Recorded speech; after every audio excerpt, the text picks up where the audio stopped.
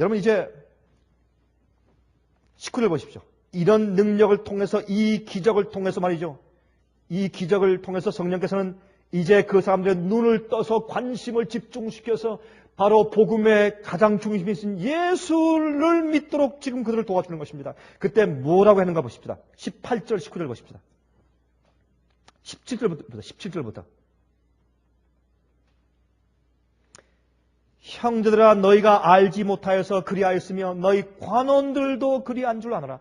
몰라서 그렇게 한 사람들이 많았습니다. 그러나 하나님이 모든 선지자의 입을 의탁하서 자기의 그리스도의 해 받으실 일을 미리 알게 하신 것을 이와 같이 이루셨느니라 그랬어요.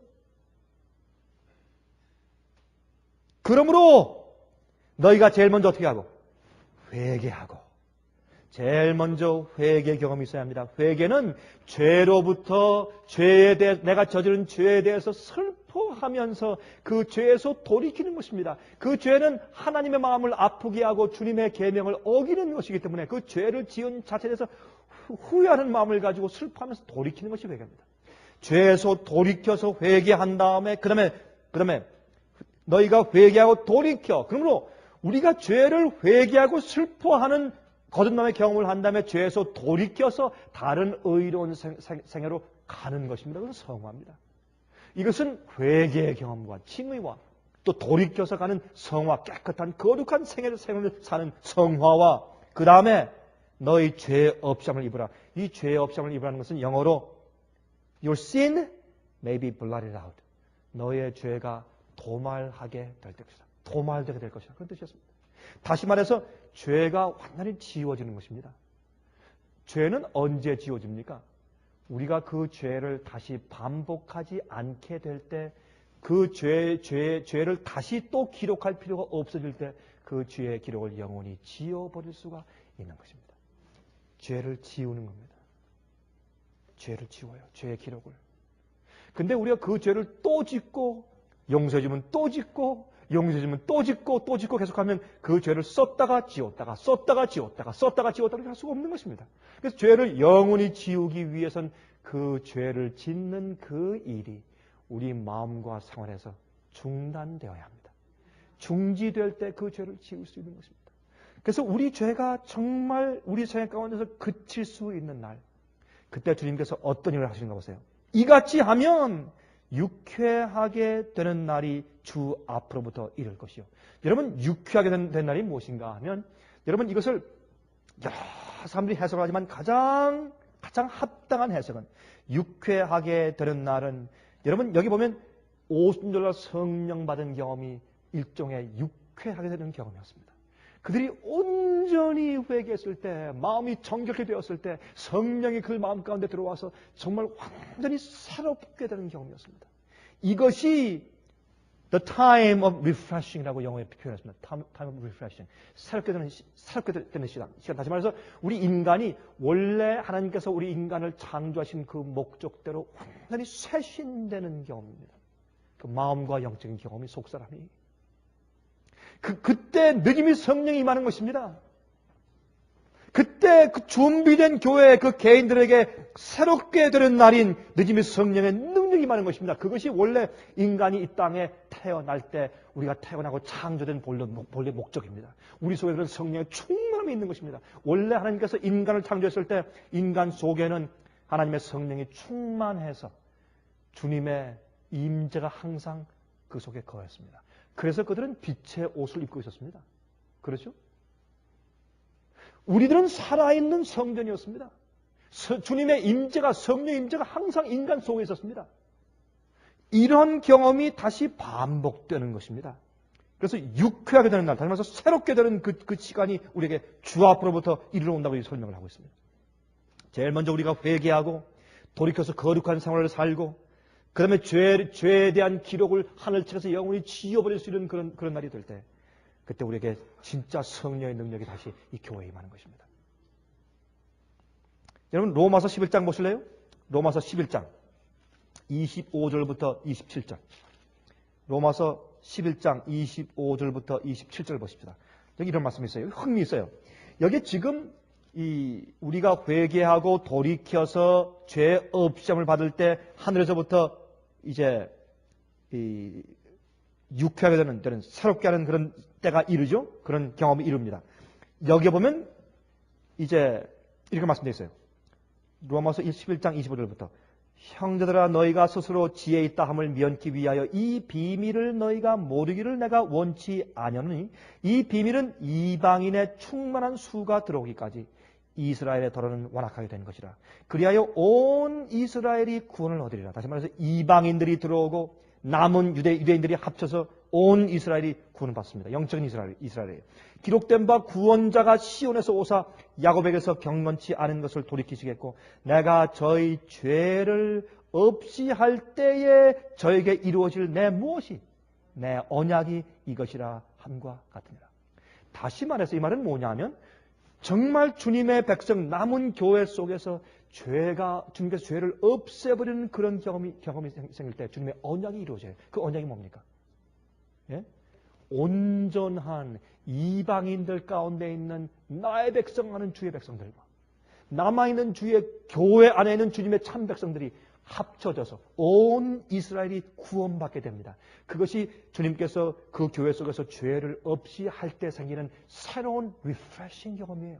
이것이 주의 언약이에요. 이것이 늦음의 성령을 통해서 이루어지는 것입니다. 내 백성아 어디서 나와. 그 죄에 참여하지 말고 그 받을 재앙을 받지 말라. 그때 교회가 정말 이 새 영적인 진짜 이스라엘 백성들이 다 구원받아요. 그때 와서. 이사야 27장 보세요. 이사야 27장. 이사야 27장 9절. 이사야 27장 9절 보시면 다음 같은 말씀이 있어요.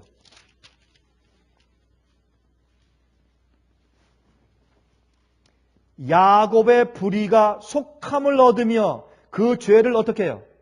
그 죄를 없이 함을 얻을 결과는 이로 인하나니 그랬어요. 예? 곧 어떻게 한 결과로 그 죄가 없이 함을 얻습니까? 보세요. 그가 제단의 모든 돌로 부서진 횃돌 같게 하겠으며 아세라와 태양상으로 다시 서지 못하게 함에 있는 것이라 했습니다. 다시 말해서 그들 유대 땅에 있는 현대말로 표상적으로 말하면 교회 안에 있는 모든 우상들, 잘못된 가르침들, 잘못된 영적인 경험들, 죄악들 전부 태워서 없어져 버리는 그런 경험이 있을 때 주님께서 드디어 그 야곱의 불의를 속하게 하고 그 속에 있는 죄를 완전히 없애시는 것입니다.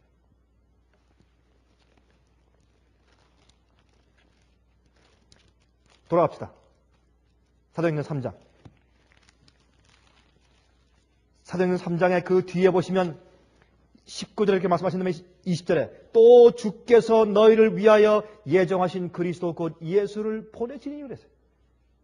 이런 일이 교회 안에 생겨야 진정한 회개를 경험하고 돌이켜서 거룩한 열매를 맺는 성화의 경험을 경험하고 죄 없이 하고 죄의 도발을 경험하고 성령을 충만히 받는 새롭게 함을 경험했을 때 그때 드디어 예수께서 재림하신단 말입니다. 드디어 이스라엘이 다시 건국합니다. 영적인 이스라엘 백성들이. 여러분 모르지만 저는 이때가 얼마나 그리운지 모릅니다. 여러분 그리움하면 과거에 경험했던 것을 그리워한다고 생각되지만 우리가 경험해보지 못했지만 우리가 말씀을 보고 우리가 그리워합니다. 이러한 일이 교회 속에 속히 임하게 되기를 저는 사모합니다. 저는 이 땅에 오래 살기를 원치 않기 때문에 그렇습니다. 여러분들은 모르겠습니다. 여러분들은 얼마나 더 오래 살고 싶으신지. 모르겠습니다. 여러분들은 좀 재미가 좀 많고 깨가 쏟아지고 그래서 좀 조금만 좀 지연시켜도 괜찮겠다. 주님께서 오시는 것을 조금만 지연시켜도 괜찮겠다 느끼는 분들이 좀 계실지 모르고 혹시 모르겠습니다. 저는 그런 마음 전혀 없습니다. 전 이 일이 교회 속에 속히 이루어졌으면 좋겠습니다. 전 정말 소원합니다. 빨리 이런 일이 이루어지면 얼마나 좋겠습니까? 그 일을 하기 위해서 우리는 참된 의의 복음을 가르쳐야 합니다. 이러한 위로부터 내려오는 새롭게 하는 경험, 유쾌하게 되는 이 성령의 충만을 받는 이 능력을 경험하는 이 경험이 어떤 때 어떻게 할 때 교회에 이루어지게 될 것인가 하는 것을 가르쳐야 돼요. 이것을 가르치면 마귀가 미워합니다. 얼마나 미워하는지 몰라요. 그러나 이것을 가르쳐야 합니다. 이것이 남은 교회의 할 역할입니다. 이것을 가르쳐서 교인들이 깨닫고서 성령 받을 자들의 숫자가 채워지게 해야 합니다. 여러분 사도행전 3장 25절 보세요. 같은 3장 25절 26절 읽겠습니다. 너희는 선지자들의 자손이요 또 하나님이 너희 조상으로 더불어 세우신 언약의 자손이라. 여러분 우리에게도 선지자가 있고 우리에게 말씀이 있고 우리에게 진리가 있고 우리가 하나님의 언약이 있지 않습니까? 우리는 언약의 자손이 아닙니까? 여러분 우리도 아브라함에게 이르시기를 땅 위의 모든 족속이 너희 씨를 인하여 복을 받을 것이라 했습니다. 그 씨는 예수 그리스도 아닙니까? 26절 하나님이 그 종을 세워 복 주시려고 너에게 먼저 보내사 너희로 하여금 돌이켜 각각 그 악함을 버리게 하셨느니라 했습니다. 이 경험이 이르를 때 성령이 임하는 것입니다. 성령이 임하는 것입니다. 악을 버리게 하나님께서 성소 제사제를 통해서 이루려고 하시던 것이 뭐냐면 악을 버리는 것입니다. 죄를 버리는 것입니다. 그게 구원이 이루어지는 것이고 그것이 죄의 문제를 우리 마음속에서 해결하는 것입니다. 죄의 용서만이 해결이 아닙니다. 우리 속에 있는 죄의 뿌리를 주님께서 없애셔야 합니다.